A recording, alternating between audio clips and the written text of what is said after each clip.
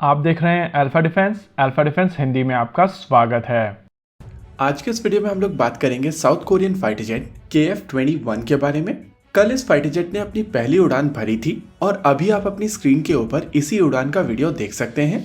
ये moment south Korean aviation के लिए एक बहुत बड़ा मोमेंट है, लेकिन ये मोमेंट भारत के लिए भी कुछ मैसेज लेकर आता है। आइए समझते हैं इस मैसेज को भी, लेकिन उससे पहले इस फाइटर जेट की इस फर्स्ट फ्लाइट के बारे में थोड़ी सी बात कर लेते हैं। अगर आप इस फाइटर जेट को ध्यान से ऑब्जर्व करेंगे तो इसके बारे में 3 इंपॉर्टेंट एस्पेक्ट बाहर निकल कर आते हैं। पहला, इस फाइटर जेट को लेकर साउथ कोरियन अप्रोच काफी ज्यादा हम्बल है। अगर आप इसको ध्यान से ऑब्जर्व करेंगे तो आपको इसमें एक traditional infrared search and track दिखाई देगा। अगर BVR मिसाइल्स को देखेंगे तो इनको कैरी करने के लिए कोई इंटरनल वेपन्स बे नहीं है, लेकिन इनको सेमी रेसिस्ट स्लॉट्स में डाला गया है। दूसरा, इस प्रोजेक्ट को लेकर साउथ कोरिया की तरफ से एक कंप्लीट कमिटमेंट है। देखिए, इस प्रोजेक्ट को लेकर साउथ कोरिया को काफी ज्यादा बाधाओं का सामना करना पड़ा है, लेकिन टाइमलाइन को रिटेन करने के लिए साउथ कोरिया ने बहुत सारे कंपोनेंट्स बहुत सारी अलग अलग यूरोपियन कंपनी से इंपोर्ट किए हैं। और जिस तरीके की relationship United states of America के वजह से साउथ कोरिया की यूरोप के साथ में है, उसके चलते ये साउथ कोरिया के लिए कोई बहुत बड़ी परेशानी नहीं है। लेकिन इंडिया के केस में चीजें बदल जाती हैं, और क्योंकि इंडिया को स्ट्रैटेजिक ऑटोनॉमी की आवश्यकता है, इस वजह से इस तरीके की अप्रोच इंडिया फॉलो नहीं कर सकता है। और यहाँ पर जो तीसरी चीज गौर करने वाली है वो है one step at a time. South Korea की तरफ से हम्बल बिगनिंग जरूर की गई है, लेकिन साउथ कोरिया की तरफ से एक समय पर केवल एक स्टेप लिया जा रहा है और उनकी तरफ से कोशिश की जा रही है कि पहले बेसिक्स को राइट कर लें और उसके बाद इस फाइटर जेट को और ज्यादा इम्प्रूव किया जाएगा। देखिए, हर देश के चैलेंजेस यूनिक होते हैं और इसी वजह से जब आप अपना खुद का प्रोजेक्ट डेवलप कर रहे होते हैं तो आप उन सभी चैलेंजेस को एड्रेस करने की कोशिश करते हैं। और प्रैक्टिकली इसी वजह से दो प्रोजेक्ट्स को कंपेयर नहीं करना चाहिए, क्योंकि हर एक प्रोजेक्ट की रिक्वायरमेंट उस देश की यूनिक कंडीशन के हिसाब से होती है।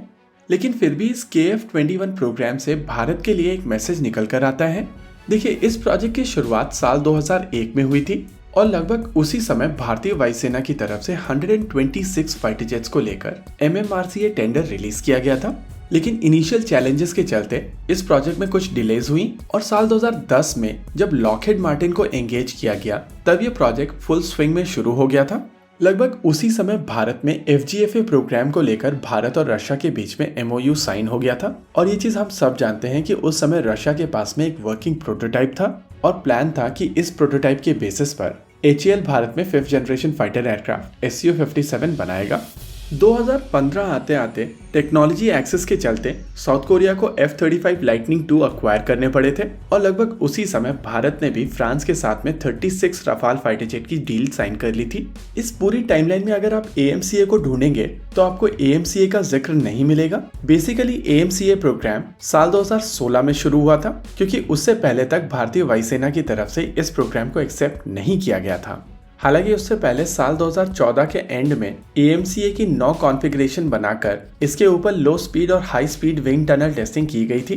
लेकिन IAF ऑन बोर्ड आया साल 2016 में और एक साल के अंदर इसका प्रोजेक्ट डेफिनेशन फेज खत्म कर लिया गया था। प्रोजेक्ट को एक्चुअल फोकस मिला था साल 2017 में, जब भारत FGFA प्रोग्राम के बाहर आ गया था, जिसके बाद डिटेल डिजाइन फेज को साल 2019 के आसपास खत्म कर लिया गया था। साल 2020 में बिल ऑफ मटेरियल रिलीज करके प्रोक्योरमेंट शुरू कर दिया गया था और ये चीज हम सब जानते हैं कि साल 2021 में ही कुछ कंपोनेंट की मेटल कटिंग भी शुरू कर दी गई थी। लेकिन अगर आप KF-21 को देखेंगे तो KF-21 कल अपनी पहली उड़ान भर चुका था और ये पूरा प्रोजेक्ट भारत के लिए एक बहुत बड़ा मैसेज है। देखिए, जिस लेवल का कमिटमेंट साउथ कोरिया की तरफ से इस प्रोजेक्ट में दिया गया है, उसको अगर आप भारत के साथ में कंपेयर करेंगे तो आपको समझ में आएगा कि जहां साउथ कोरिया का फोकस स्टार्टिंग से KF-21 था, वहीं पर भारत की तरफ से पहले मिराज, फिर रफाल, फिर FGFA और अब AMCA है। और जब तक किसी प्रोजेक्ट को लेकर कमिटमेंट पूरा 100% नहीं होगा तब तक वो प्रोजेक्ट पूरा नहीं होगा। और ये मैसेज जितनी जल्दी भारत सरकार, DRDO, HAL और भारतीय वायुसेना ले लेते हैं, उतना ये कलेक्टिवली भारत के लिए बेहतर होगा। इसी के साथ आज के इस वीडियो में रखते हैं केवल इतना ही। वीडियो को अंत तक देखने के लिए धन्यवाद। देखते रहिए अल्फा डिफेंस। जय हिंद।